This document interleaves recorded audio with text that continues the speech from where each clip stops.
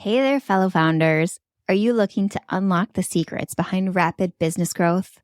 Join my vibrant meetup group where we dive into masterclasses on game-changing strategies every single month. We've tackled topics like building a lean marketing engine, crafting killer lead magnets, and leveraging gateway offers to sell high-ticket offers. And trust me, you don't want to miss out on the next one. Come share your experiences, learn from the best, and let's grow together. Sign up and be part of the next masterclass by going to events.sarahnoelblock.com. That's events.sarahnoelblock.com. Welcome to Tiny Marketing. This is Sarah Noel Block, and this is the podcast that helps B2B service businesses do more with less. Learn lean, actionable, organic marketing strategies you can implement today. No fluff, just powerful growth tactics that work. Ready to scale smarter? Hit that subscribe button and start growing your business with Tiny Marketing. Hey, welcome to episode 106. This is Tiny Marketing, and I am Sarah Noel Block. Today, we are going to talk about how to not sound like a robot when you are using ChatGPT. I have expert guest Naomi Soman, and she is the copywriter at SimilarWeb and does an amazing job of crafting prompts that sound superhuman. She is sharing so many hacks that I have most definitely started implementing since this episode was recorded. If you're watching this on YouTube, you'll notice right now I am wearing a Halloween sweater, my little skeleton torso on here. And in the interview, you'll see I'm like sweating and I'm wearing a little sundress. So this was definitely, the interview was filmed in the summer and now it's October and I'm filming the intro. But yeah, so you can see there's a huge difference. So I have had months to actually implement the things that she taught me in this episode. And I can tell you firsthand, they're freaking amazing. You're going to love this. She shared a lot of, I've gotten pretty good with ChatGPT over the past couple of months, but she shared things that I had no idea about. You'll want to steal these. So get ready, get set. Grab a notebook, grab a pen, grab your phone and open up your Apple Notes and stay tuned as we talk to Naomi about how to craft these picture-perfect ChatGPT prompts that you'll want to. SaaS and B2B marketers, here's something to think about. 79% of users will leave your site within seconds because of a bad user experience. That's a lot of lost leads. But Mouseflow can help you fix that. With Mouseflow, you can track where leads are getting stuck on your site, be it abandoned forms, confusing navigation, or even broken links in key areas like your sign-up page or demo request form. With Mouseflow's heat maps and session recordings, you'll easily understand the why behind the drop-offs and optimize those user journeys to drive more meaningful conversions. Visit go.mouseflow.com/try and sign up to get a full feature 14-day extended trial. No credit card required. Hello. Thank you for joining me today. Could you introduce yourself to the audience? Of course. My name is Naomi Soman, and I am a copywriter at SimilarWeb. Sweet. And today we're talking about what literally everybody is talking about, and that's how to not sound like a robot when you're using ChatGPT. I have only ever used ChatGPT to disseminate transcripts. And that's where my go-to is. But so many people use it for copywriting and blog writing. And I have never had that skill of being able to train it to sound just like me. I've gotten a little bit better at it, but you are an expert at it. And I'd love to get into that. So what is your first piece of advice to set up your original blank chat for success? So I would say it's all in the prompt. all in the priming. You really have to figure out the right prompt because the editing process is a little bit rough. You want to figure out what are the input in order to tell ChatGPT exactly what to do. And I have a couple of different tactics depending on what you're writing. Okay. So I'm going to tell you the only thing that I know that works, and then you give me the others. So the only thing that I have done that I've gotten success from is loading in content that I've already created that I loved and like engaged well. And I just tell it to learn this, learn the way I write and explain it to me, and then start creating content based off of what you learned from my previous content. What do you do to get that? Yeah, that's definitely a great step. I would say, just as a caveat, it's better the more content that you have. Otherwise, ChatGPT tends to mimic it exactly. Mm, Um, so what I like to do is I will take like lots of blog posts or web copy ads and plug it in and ask ChatGPT to create a style guide for me, because mhm. then you save that style guide and reuse it at a later point. And then it'll get into, do you use metaphors or not? Do you use figurative language? Do you use like what vocabulary level, things like that. And then you don't have to go through the same process every time. You already have it cut and paste into your content. That's great. So you can do that and then just put it in like a Google Doc so you can just copy and paste it later. Exactly. And then you can use that as an editorial style guide for other writers. If you hire a writer to write for you, or if you're working with different vendors, then you have that on hand. I dig that. Okay. So let me go backwards a little bit, reversing in time. So you copy and paste or even just the links to a whole bunch of content. So it gets varied content and it can start to learn what your voice is. You have it create a style guide. And then you said it about like what elements do you include in your typical writing, like metaphors and whatnot. Now, do you prompt ChatGPT to ask you these questions, or what's the next step there? No, it'll create a nice editorial style guide for you, and then you can say, use this editorial style guide to write this piece. Okay. Okay. I was talking to someone the other day who does a lot of engineering of ChatGPTs. And one thing that they mentioned was having ChatGPT interview you to be able to take it further, like pretend like you're the world's greatest copywriter. What questions should you ask in order to understand my voice the best? Something like that. So you can get additional input that you might not have thought of before. Yeah, that's tricky.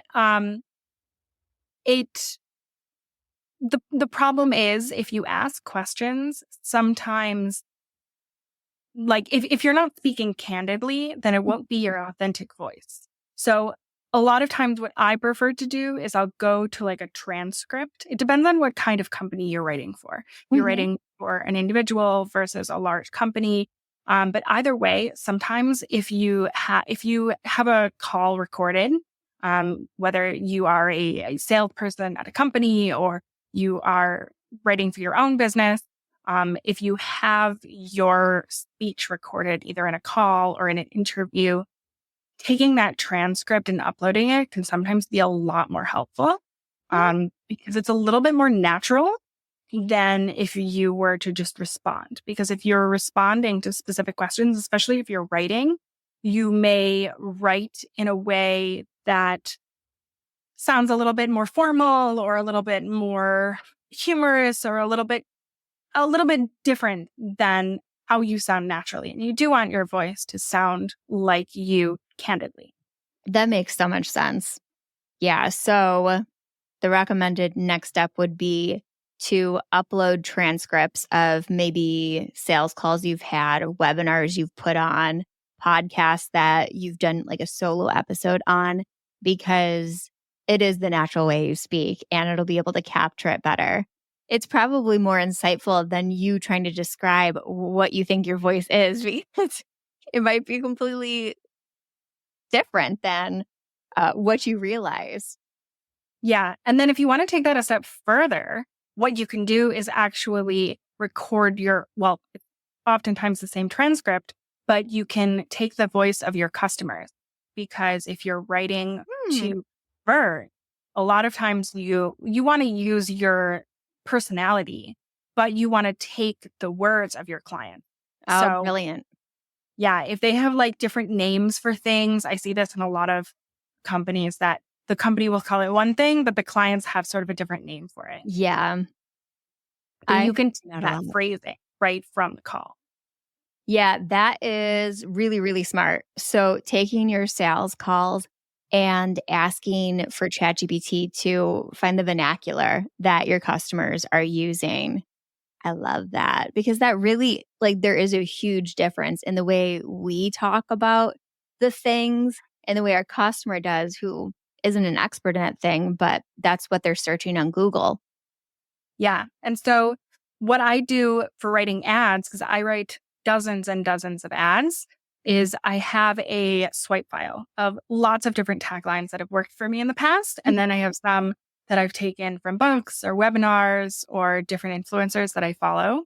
And I'll ask ChatGPT to take the voice of the customers and then plug it in to these templates that I have.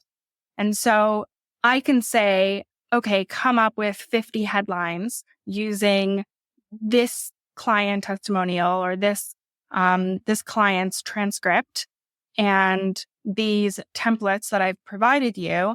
And then I'll go in and say, okay, like versions 1, 3, 5, and 17. Come up with more like that. And so you can get 25 taglines or 25 headlines from ChatGPT very quickly using your ideas and the client virtual word. Super fast. I love that. I love that. That makes it so much easier. Yeah. Oh, Because headlines are about quantity. You have to write a certain amount to get a couple of good ones. But why do that on your own? right, right. The cheapest assistant ever. And I don't do anything with paid media, but what I've heard in podcasts is that you need to test a lot of different types of copy in order to figure out what works. And there's like a training process involved in paid media, which is not my world. So it makes sense though that you need to have so many different headlines to see what resonates because you're training it and you're figuring out what's working for a while. Yeah, but this could also apply to like a YouTube title. Anything that you want to get people to click. Paid media just happens if you're running large campaigns, you're running a lot of ads. So you need a lot of those, but it could totally apply to like a YouTube title or if you are writing hooks for Mhm. organic social posts, that could also be relevant. Yeah, I like that a lot. And so, one takeaway that I want everyone to take away from this is the swipe files that you like when you fall in love with a hook that you see somebody has, or like something of yours did really, really well. Just put it in a doc. I do this too. I'm obsessive with swipe files. Like, but I've never used it with ChatGPT. I've never even thought to do that. So that's really, I'm going to do that next. Yeah, it's just, I mean, it was a tip that somebody gave me years ago. And so I started building it. And it's like, why reinvent the wheel every time you have to sit down and write these? Like, you can use what already works. Yeah, really, really smart. Because I'm doing it and then I'm just writing all of the copy from my brain. But, I'm coming up with one version of it where ChatGPT would be like, here's 50 options for that, actually. And then you can always go in and edit and like tweak it here and there to add a little bit of sparkle. It doesn't necessarily mean it's done. Like sometimes Yeah. ChatGPT doesn't know what it's talking about. So it'll throw weird combinations together, but it'll get your brain working. And so if the options aren't perfect, you at least have somewhere to start and then Mhm. you can polish it from there. Yeah, it's ideation.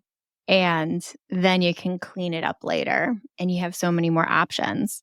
And something that I learned about recently is in the settings, you can block certain words or types of phrases that ChatGPT tends to gravitate towards. So, Mm. like setting up your ChatGPT from the settings standpoint to sound more like you would be helpful too.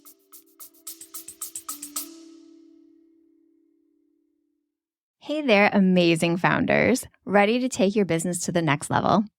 Join our Gateway Offer Challenge and watch your sales soar. In this challenge, you'll get mini Gateway Offer trainings to perfect your offers.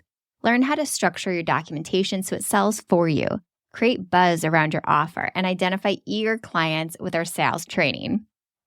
Plus, get exclusive outreach templates that take the guesswork out of prospecting.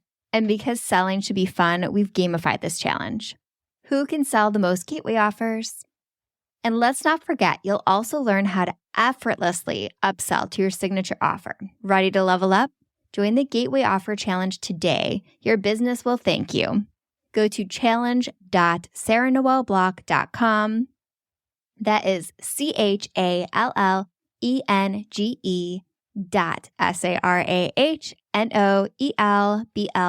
CHALLENGE.SARAHNOELBLOCK.com. Yeah, 100%. So then my next tip is to use formulas. This is really helpful, especially if you're writing emails. This is my favorite email hack.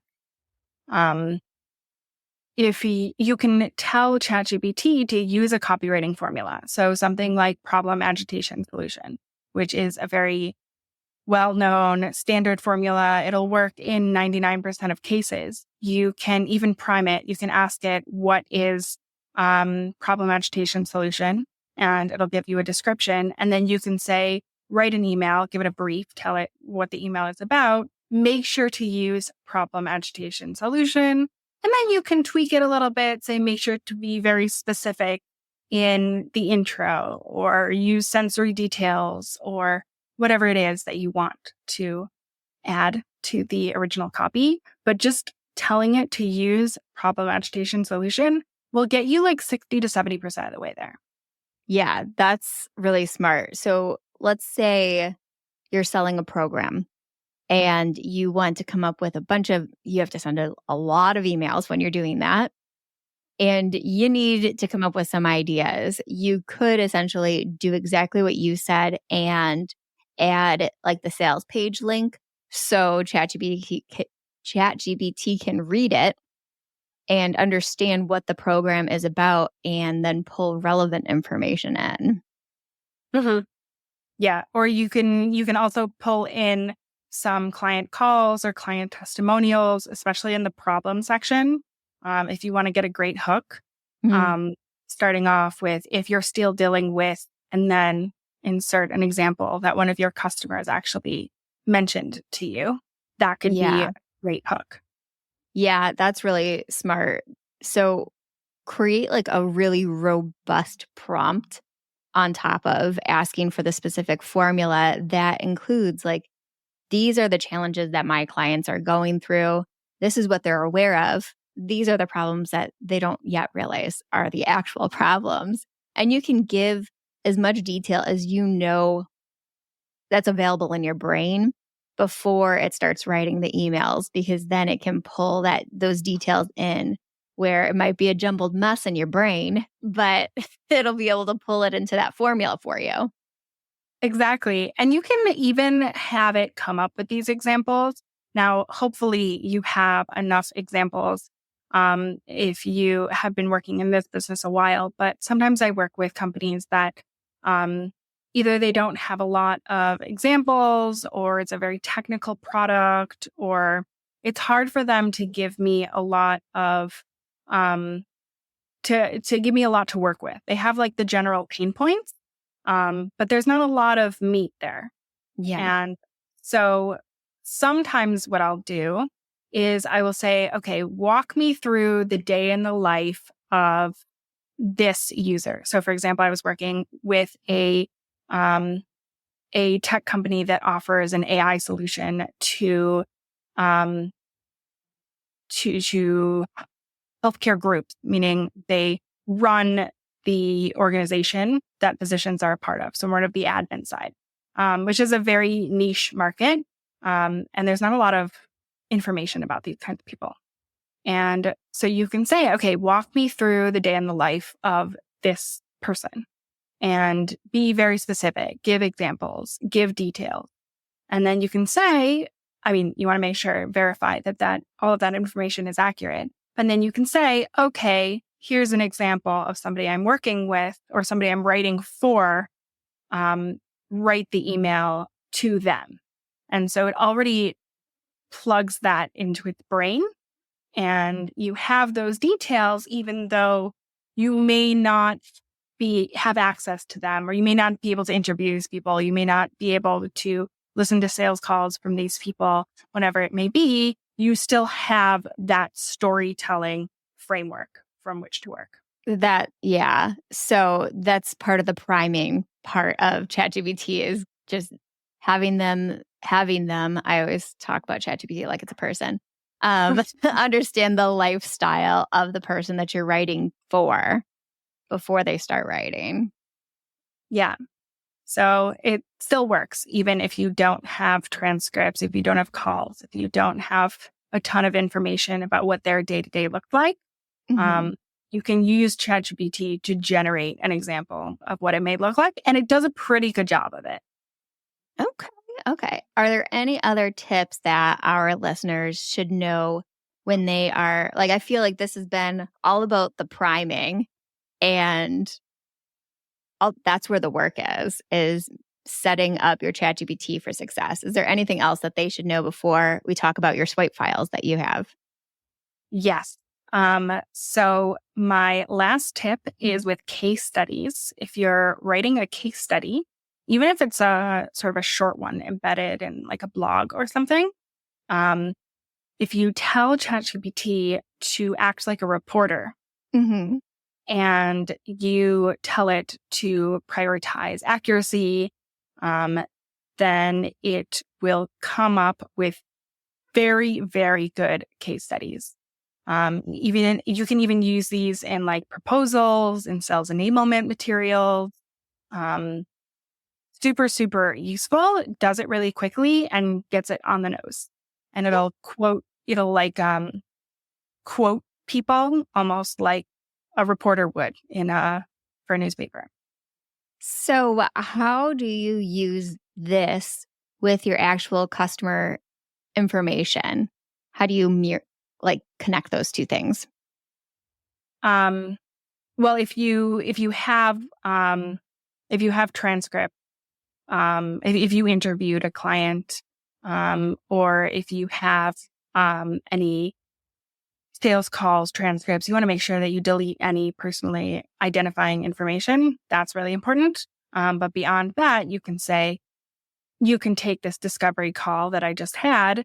You're a reporter, write an article about this success story. Okay, And I it'll love spin it that. up for you. This would be Super. really great for coaches, consultants, who are regularly having conversations with their customers and with prospects to be able to really speak to their future customers, because they're identifying exactly what pain they're going through, what transformation they want in those calls. I love that. And coaches and consultants are so busy. They're so overwhelmed. Why not use this hack to get those stories out there? Yes, I love this hack. I'm going to play with that as soon as we hang up today. Let me know how it goes. I will. So you have ad swipe files that for our listeners today. Can you tell me about them? Yeah, these are taglines that I have tested and tested and tested again. And they've worked for me over and over and over again. And when I say tested, I've worked in really large paid media companies. So we're talking like spending $1 million a month on That's a test. maybe one channel. Yeah. So lots I of can't even ads. imagine that budget. I know it's a little bit hard to process. But I found that these taglines work well for me. Then they are general enough that you can apply them to a bunch of different situations. So they are for ads, but you could easily use them in in subheads, like on a web page. They would work really well for that. Or if you're writing a description, you can sort of use pieces here and there. So I would be happy to share them. Thank you. It was great having you. Can you share with everyone how they connect with you online? Yeah, you can find me on LinkedIn. My name is Naomi Soman, and I'd love to continue the conversation there. And we will have her link in the bio, Ha, this is a podcast. No, the link in the show notes description. And we'll also have the link to her swipe files in there too. So thank you. Thanks so much for having me. That was Naomi with the most delicious ChatGPT hacks I have ever heard of. So as you know, I love to give you actionable steps anytime you listen to an episode. So here is your action step that you should take. Go over to ChatGPT. I will wait here. You can pause this. And I want you to start crafting some custom prompts using the hacks that Naomi has showed you. And remember, she has swipe files, so download those in the show notes page. But I want you to start testing out how to use this. A couple of the things that I definitely want you to try is the email subject line hack. Yes, please do that. And I also want you to try the voice of customer hack. I think that is amazing. So one thing that I want you to really pull away is, as the expert in your field, you probably use the correct language for all of the things that you do, but your customer does not. So you want to use the language that your customer uses so they can identify with it. It's not dumbing it down. It's using their language and making sure that you have the correct search terms that they would be looking for. So always think from the perspective of the customer. That's where your copywriting should really be for your website, for your LinkedIn, for your emails. Always think from the perspective of the customer. And Naomi gave us some amazing ideas on how to do that even easier. Just, take the actual words from your customer. They're there in the sales files, in your sales calls transcripts. All right. If you enjoyed this episode, please, please, please share this with a friend. I adore you guys. And I so appreciate that you have to be sharing this with friends because it has grown so much in the past couple of months. There's no other explanation. I haven't gotten any wider of a reach than I had before, but you guys amplify this show. And I really appreciate you. And I love you. And you're the best. So please continue sharing with friends. Tell them about the Tiny Marketing Show. And if you want to be friends in real life, I spend my time on LinkedIn. So you can go there, and I'm just at Sarah Noel Block, my full name. And I'll see you on the flip side. Bye. You love all things tiny marketing, head down to the show notes page and sign up for the wait list to join the Tiny Marketing Club, where you get to work one-on-one with me with trainings, feedback, and pop-up coaching that will help you scale your marketing as a B2B service business. So I'll see you over in the club.